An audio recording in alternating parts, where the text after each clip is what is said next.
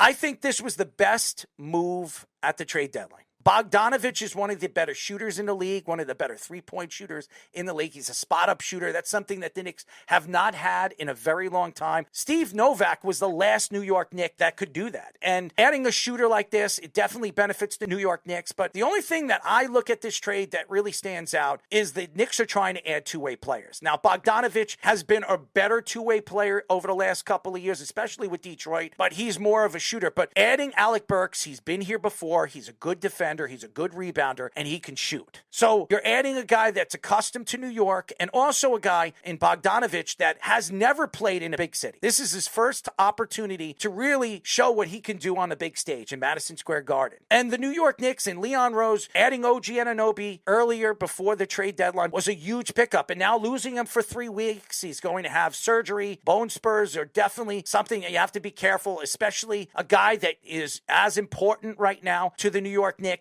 as any player, including a guy like Jalen Brunson. So now you add depth, and the Knicks have one of the best benches now in the league, adding Burks, adding Bogdanovic. I think the Knicks have put themselves in a very good position. Now, they need to add another backup point guard. I thought that adding Murray would absolutely open up an opportunity if they need to sit a guy like Jalen Brunson at the end of the season. This is something that the Knicks need. They need depth, and they don't want to burn out their players. This is something Tom Thibodeau has been known for years in Minnesota, all the way from Chicago. Ask Derrick Rose. Derrick Rose was burnt out as a player. I believe one of the main reasons why Derrick Rose blew out his knee was because he was on the court too much. And Joakim Noah, he had plantar fasciitis, and he had bad problems with his feet for years because he was being used almost 40 minutes a game. For a big man, Bogdanovic, you can move him around the perimeter. You can have him spot up. You can put him in so many different positions to help out offensively if you need points off the bench, if you don't have Jalen Brunson, if you don't have Julius Randle on the court. In the Eastern Conference, I think they have the best second unit. And what Tom Thibodeau likes to do in the playoffs, he usually only plays 8 guys. And right now they're sitting at 4th. Cleveland is sitting there at 2nd and Milwaukee in 3rd. This is going to be close all the way to the end. What I'm thrown off is the New York Knicks, for years, they've been holding on to a guy like Quentin Grimes. They didn't want to trade for Donovan Mitchell. And Quentin Grimes, they were building him. He was becoming a better shooter. And the Knicks were trying to set him up to be the next good 2 for the New York Knicks. I like the OG Anunoby move, but adding Anunoby, I thought they were going to keep Quentin Grimes, move him into the second team, and that would give them depth. But they added Alec Burks, they added Bogdanovic, 2 highly percentage shooters at the three-point line.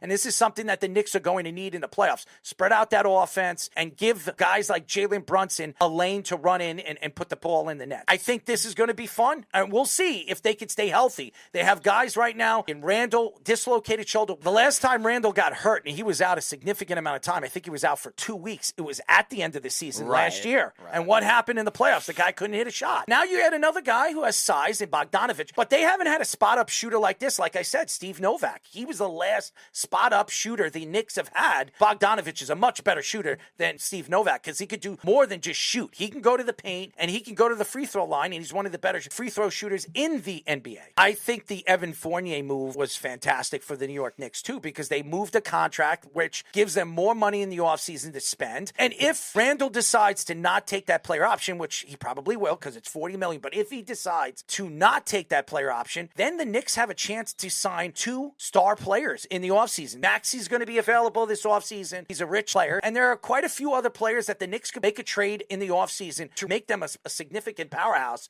in the Eastern Conference next year. This is the window for the New York Knicks now. We've seen what they can do. Now they got to do it in the playoffs. And they need to do it against the teams that actually show up in the playoffs.